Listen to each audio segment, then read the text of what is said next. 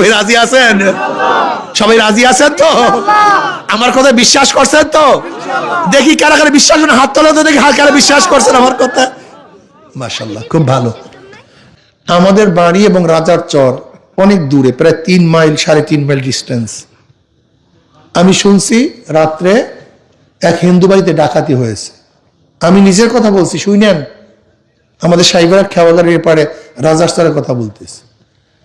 সেই বর্ষার মধ্যে কাদা ভেঙে আমি বন্দুক টন্দুক নিয়ে, আমারও বন্দুক আছে, আমার ভাইরও বন্দুক আছে, আমার ভাইরও বন্দুক আছে, আমার টুটুবার রাইফেল আছে। সেই লাইসেন্স কিন্তু আমরা অবৈধ না, কিন্তু সেগুলি নিয়ে আমরা রাত্রে সেই হিন্দু বাড়ির রাত্র 2:30টার সময় চলে আসছি। কেন? সে আমাদের এলাকার লোক।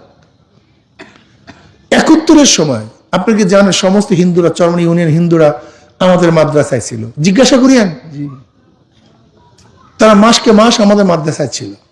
তাদের খাওয়া দাওয়ার ব্যবস্থা আমরা করেছি। যদি আপনি নিরাপত্তা চান, জান মাল ইজ্জতের নিরাপত্তা চান, আপনার মেয়ে ফ্রিজিং এর শিকার না হোক এটা চান, আপনার ব্যবসা প্রতিষ্ঠানে কেউ চাঁদাবাজি না করুক এটা চান, যদি আপনার ধর্ম পালন করতে কেউ বাধা না দেয় এটা চান, তাহলে আমি বলবো হাত পাখায় ভোট দেন। হাত পাখায় ভোট দেন। এই দায়িত্ব আমি নেব ইনশাআল্লাহ। কাজে আমি এই নগরের এলাকার সবাইকে অনুরোধ করবো, আসুন শান্তির প্রতীক হাত পাখা, শান্তির প্রতীক হাত পাখা। একটা বারের জন্য সবাই পরীক্ষা করতে রাজি আছেন দাদুরা? ইনশাআল্লাহ। কি ভালো, একটা বার চেষ্টা করেন, ইনশাআল্লাহ ফায়দা হবে। আমি সবাইকে চরমনাইতে দাওয়াত দিলাম। আর যদি ইনশাআল্লাহ আল্লাহ পাক নির্বাচিত করেন, তাহলে আরেকবার আসবো এলাকায়।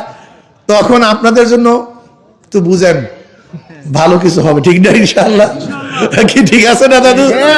মুরব্বী ঠিক আছে তো? আশীর্বাদ করবেন, সবাইকে বলবেন।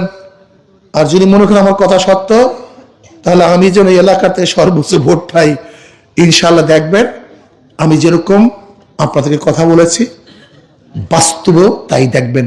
এর ব্যত্যয় ঘটবে না, ব্যতিক্রম হবে না। সবাইকে ধন্যবাদ।